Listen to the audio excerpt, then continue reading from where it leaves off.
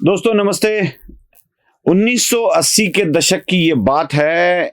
शायद उसी के दौरान एक आर्टिकल लोकसत्ता में प्रसिद्ध हुआ था जिसका टाइटल शायद ख्रिस्तिस्तान ऐसे कुछ तो था।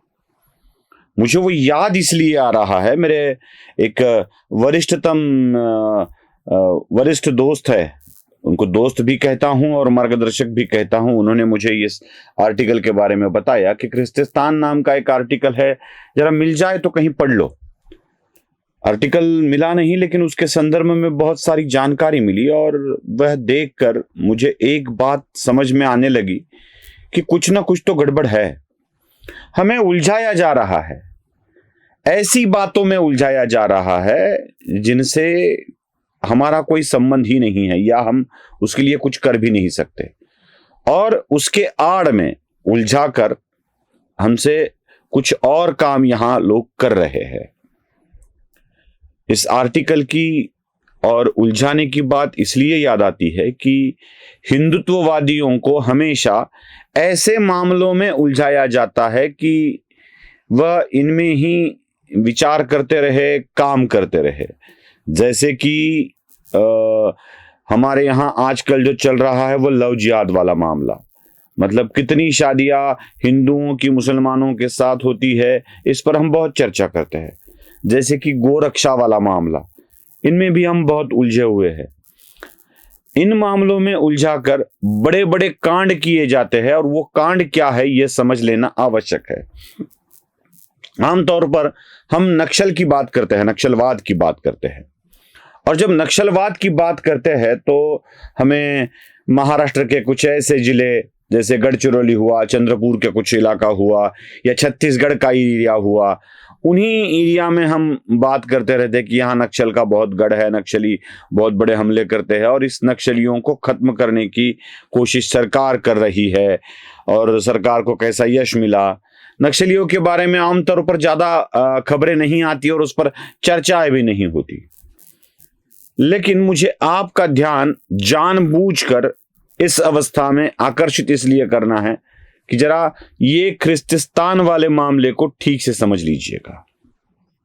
देखो भाई, आदिवासी इलाकों में, वनवासी इलाकों में नक्सली पैदा होते हैं, और बार बार यह वामपंथी दल हमें बताते रहते हैं कि लोगों के हाथ को काम नहीं है, गाने गाते रहते हैं, मेरे हाथों को ये जानने का हक है, बरसों से ये क्यों खाली पड़े हैं, मेरे पैरों को ये जानने का हक है, क्यों डगर डगर चलना पड़े है। ऐसी कविताएं गाने गाकर, डफली पर गाने गाकर ये सुनाया जाता है कि हमारे यहाँ कुछ भी नहीं मिलता है, और काम नहीं है, पैसा नहीं है, इसलिए वो हाथ में शस्त्र लेकर निकल पड़े हैं।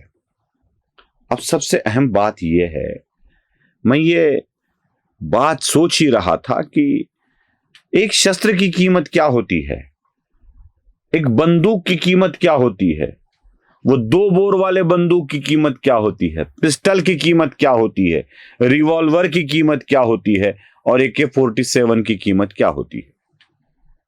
मतलब लाख के तो आगे ही होगी ना, 1 लाख के तो आगे ही होगी। और आमतौर पर यह देखा जाए कि गोलियों की कीमत क्या होती है, गोलियों की, वो AK-47 में लगभग 350 गोलियां बैठती है, 6000 वाली कुछ मैगजीन्स उसमें होती है, और एक गोली की कीमत लगभग 20-30 रुपए भी कीमत पकड़ ली जाए, एक गोली की 40 रुपए या 50 रुपए भी पकड़ ली जाए, तो एक गोली, एक मैगजीन जो AK-47 में इस्तेमाल की जाती है वो 6000 की आती है। कितनी गोलियां इस्तेमाल की जाती है।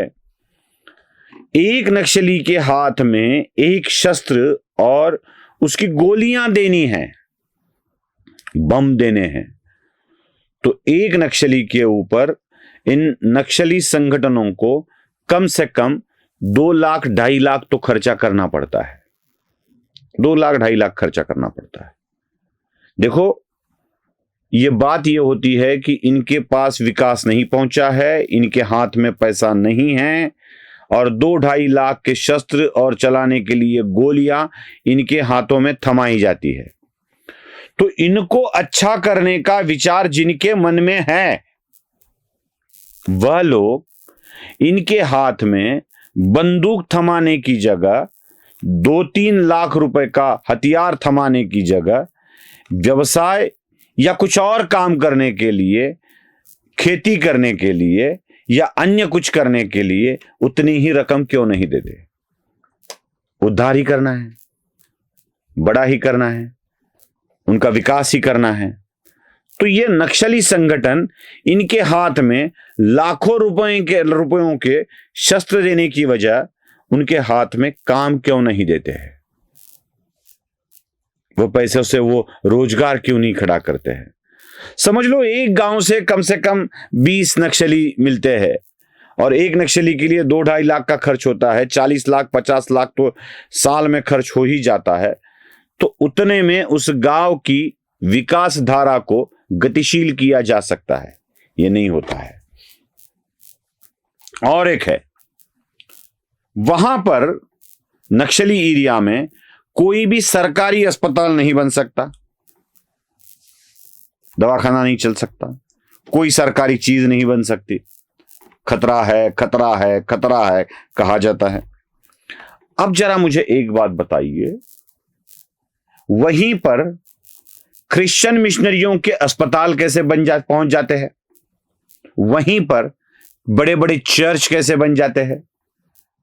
चर्च बन जाता है, चर्च चल जाता है, मिशनरियों के अस्पताल चल जाते हैं, लेकिन सरकारी अस्पताल नहीं चलते। इसका मतलब क्या है? आया हूं क्रिस्तिस्तान पे मैं आ रहा हूं। देखिए और एक बात है, मतलब सरकार जहां नहीं पहुंच सकती वहां इन मिशनरियों के काम जरूर पहुंच जाते हैं। नक्सली एरिया में कई नक्सली मारे जाते हैं, तो उनका अंत्य संस्कार कैसे किया जाता है? कुछ आइडिया है? चलो, आदिवासी हिंदू तरीके से अग्नि संस्कार नहीं करते हैं तो उन्हें दफन किया जाता है। तो दफन करने के लिए पादरियों की आवश्यकता होती है, तो वो वहां कैसे पहुंच जाते हैं? कभी देखा है, सुना है इन नक्सलियों का अंत्य संस्कार कैसे किया जाता है? मतलब साफ है कि कम्युनिज्म के आड़े से, कम्युनिज्म का सहारा लेकर भारत के आदिवासी इलाकों को एकत्रित करके एक क्रिस्तिस्तान बनाने की योजना चल रही है। कैसे भी करके कन्वर्ट कर लो, झूठे सहारे दे दो, झूठे दाखले दे दो। ये कम्युनिज्म का आधार लेकर इस देश के प्रति उन लोगों में नफरत फैलाओ, इस व्यवस्था के प्रति अविश्वास निर्माण करो और उन्हें क्रिश्चियन करो। देख लो, जितना भी रेड कॉरिडोर है, जितने भी नक्सली प्रभावित क्षेत्र है, उनमें यही कांड चल रहा है और हमें उलझाया जाता है छोटी छोटी बातों में। ऐसी छोटी छोटी बातों पर ध्यान तो जरूर दीजिएगा, लेकिन इन क्रिस्तिस्तान बनाने की योजनाओं पर भी हमें ध्यान देना पड़ेगा, सरकार को ध्यान देना पड़ेगा। नमस्ते।